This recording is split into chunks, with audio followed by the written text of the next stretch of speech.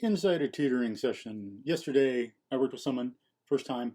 Nice. So, one thing we do, one thing I do, one thing people should do, dig into some fundamentals, work on thinking skills.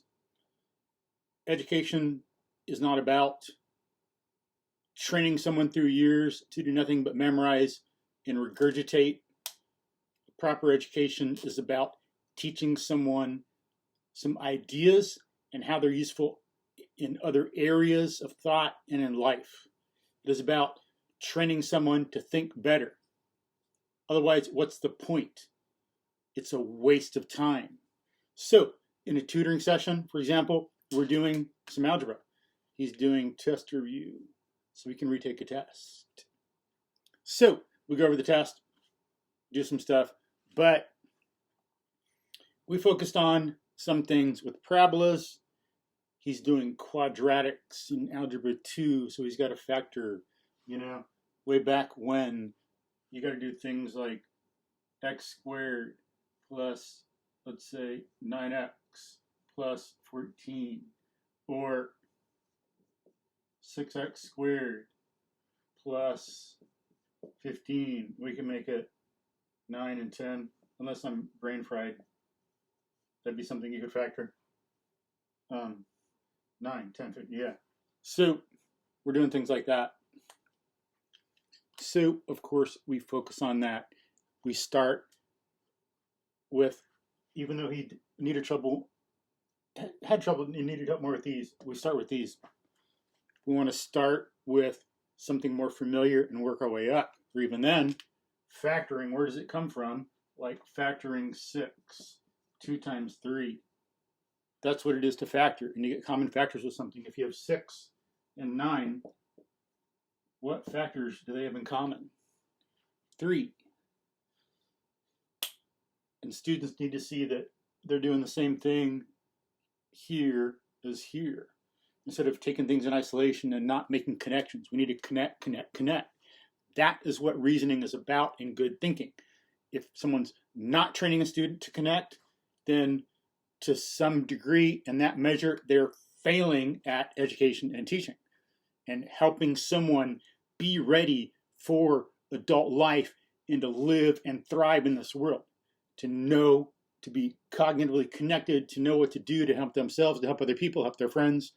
We got to know what the truth is and how to think to be successful and good.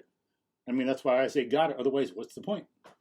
But we want to factor this and factor this and factor this. So we build things up, make connections.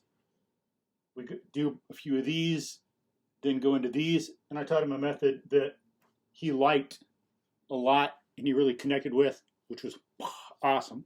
Yes. And I got on my website, I made a page for him, password protected, and I put some worksheets there so we can practice more. Problems with answers. That's one thing I like to do too. Give work so people can practice a little bit at a time, because that's one good thing about learning. We don't get something just by doing it once. In the brain, the nervous system, and the mind, because we're not just a brain. I get sick of all this talk about the brain. What about the mind? What about thinking and reasoning? When people use brain, they try to be scientific. I'm so advanced. It's the brain science. Well, some of that stuff, all it's doing is talking about stuff we already knew. We already know how to learn. It's been known for thousands of years. We've got to memorize. We have habit to do things all over. It's not, oh, I'm talking about the brain, so I'm so smart. Whatever. Some people need to get over that stuff and just focus on reality, okay? Think about the mind and thinking. But we've been known for a long time. You got to practice. It's not brain science. But you got to practice over a period of time, many days, for something to sink into the brain and nervous system and the mind, to make it a habit, to be part of our thinking. It takes time, and that's been known. So that's one thing you need to do. So I give them some extra work they can do a little at a time. That's one thing I recommend, a few. Over a week or two, 5 to 10, 3 to 10 problems a day, or every few days, depending on what kind of time they have.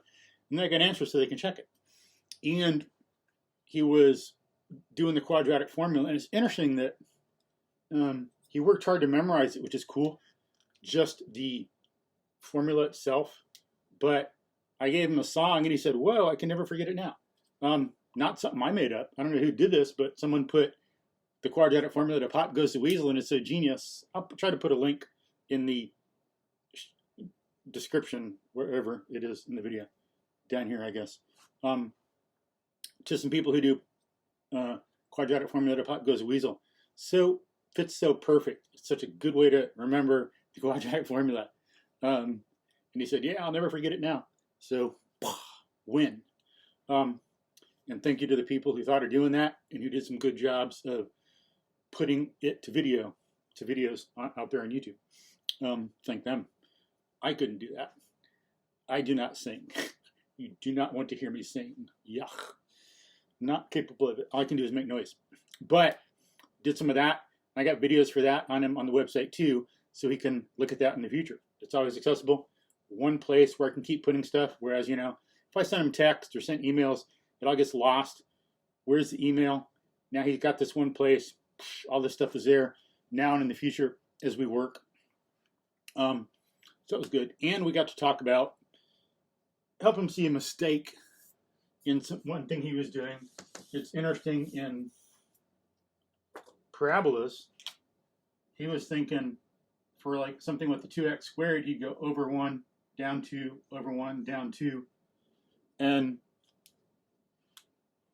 you know, you got to look at the root cause. It's not just him. We should not just focus on that when we're thinking or teaching or doing anything. What's the root cause? Ask 5 whys, as some people say. And that's just a name for it. Some people get all worked up about it and think they're, well, it could be more than 5. Well, yeah. But are you going to call it ask why as many times as you need until you find the answer? Like, what kind of a stupid name is that? You know? Just because someone calls it the 5 whys doesn't mean they stick to 5 every time.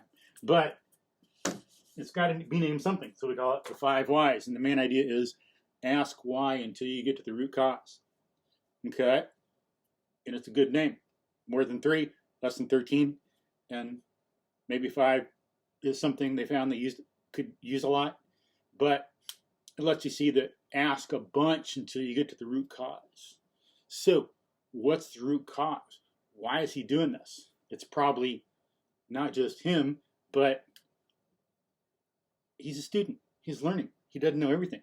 He's got to be brought into this world with adult wisdom. The adult wisdom needs to be there to help him see how to think and how to differentiate. Things like that. You know? Who the hell figured out everything on their own? Nobody. Okay? We need to do the best we can. We need to learn from others and process on our own. Just like Abraham Lincoln did and some other people. But when you do that kind of thing, like over 1, down 2, over 1, down 2, that's linear. So I had to point out that's what we have for a straight line. That's like the slope of a straight line. That is not a parabola, which is changing. And then we go through showing concretely, not just me telling him out of nowhere. I want him to know on his own. I want evidence that we can reason from that he can use into the future. So we go through 1, 2, 3, 4, 5. We square those. 1, 4, 9, 16, 25. What's the difference? As these change by 1, which is like our over, our x, our y, this changes by 3. And he had 0 and 0. There's a change by 1. And then 5, 7, 9. So with the quadratic, what we should be doing is going over 1, down 1. Or if you got a 2x squared, down 2. But you don't keep going over 1, down 2. Here he knows on his own that over 1, down 1. Over 1, down 3. Over 1, down 5. Over 1, down 7. Okay, and then if it's 2x squared, over 1, down 2. Over 1, down 6. Over 1, down 10. Over 1, down 14. 2 times 1 is 2. 2 times 3 would be 6. 2 times 5 is 10. 2 times 7 is 14. Okay, I accidentally pressed stop. So, start again. Yeah, and down 2, down 6, down 10, down 14, keep multiplying by 2. Then we did some other examples with like 1/3, 3, so we can start to generalize the idea and see it and actually work it and process it instead of just say it. It's different if it's 3. It's different if it's 1/3. That doesn't help as much. That's like saying, hey, when you want to get a black belt, you do this stuff. No, we need to do it. Math is not a spectator sport, not something we watch, not something we can talk. It's something we got to learn by doing. It's a practical skill. And then, to clarify, we're graphing. So what we do is, with an x squared, we have a parabola-looking U-shaped kind of thing. That's what he was graphing. So he's got to know when he's doing 1 upside down with the negative 2x squared. He can't go over 1, down 2, over 1, down 2. To do this, he starts at a certain point, and you knew that. But to get it right, he's got to go over 1, down 2, over 1, down 6, and so on. And he'd end up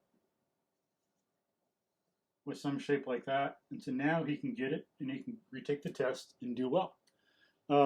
Same thing with the factoring. We went over it. He's got a lot of examples to practice before he does a retake, so he can make sure he knows it, but then it becomes habit, which we have to do. Knowing something, and then, once doesn't mean we remember how to do it, and we can reproduce it all the time in the future. We got to look at a variety of examples, see different things that can come up. It takes repetition and drill over time to really learn and assimilate and connect and understand. So I got the worksheet so we can do things like that. But back to this, with the graphing and the tables, then once he's got the pattern, he can apply it in context of what he already knew and get the correct graph instead of being off. And then he's good to go on the test. And it's important for people to know that this isn't just some like stupid number pattern we happen to be doing. So I also point out that this is critical in human history. When Galileo was studying motion, starting modern science, this pattern he knew and allowed him to identify that something was a semi-parabola. So this is critical in human history and science. And it's critical in giving us the technology for cell phones and doing work basic and foundational to what Newton and others did. So what Galileo did was had, from what I understand, a table and another one that slanted. And on this one, there was like wax paper or something. I don't think anybody knows exactly how he did this. And he got this metal ball. And to study projectile motion, like when you throw something or shoot an arrow or shoot a bullet, it's a projectile. It's got a horizontal velocity, and it's being pulled down only by gravity. And it's in a short, limited context. So it's not going to like spiral into a center, and it's not affected by air resistance. You got velocity, and only gravity's pulling on it. That's a projectile. And to study that, he got this table, got this thing, got this wax paper or something, got a heated metal ball, projected it on this table, and then it would go down. And he found out that when you went over a certain amount, you went over by increments. You go over a certain amount, over the same amount, over the same amount, and you got that shape. Then this to this to this, the ratio was 1 to 3 to 5 of the distances. And he's like, snap, given what he knew about geometry, he knew right here that he had a semi-parabola because he knew that's the ratio for increases in a parabola as you go over. That's important. We got to make connections like that. So then they can start to make these connections themselves. How the hell are students ever going to make connections if we don't get them started making that a habit? That is important for a teacher. That's what we should be doing in good tutoring, good teaching in schools. So I can help people do that. If you want good tutoring to help your kid really get a lot out of the tutoring session, do good on a test, and get a lot out of the future. You get more bang for your buck, more for your money. You're really leveraging. I really try to leverage what's going on. Focus, hit things hard, get the subject, but learn a lot more that'll help. Making connections, thinking skills, study skills, how this stuff matters. That's what should be done. Connect, connect, connect. Can help with tutoring, help with schools, help teachers, help teacher training, help teachers do this more so they can make themselves better, enjoy their job, be happier, make better students, up the grades, make schools more successful, help them be better. I'd love to help. Someone wants to contact, I can do consulting, I can talk to schools. I'd love to help students do better, make a better world, make a better culture. But that's one sample, a little bit of stuff of what I can do in a tutoring session, and that's just from yesterday. I'll talk about more and other stuff in other videos. So, peace. Thank you very much. Be a good rational animal.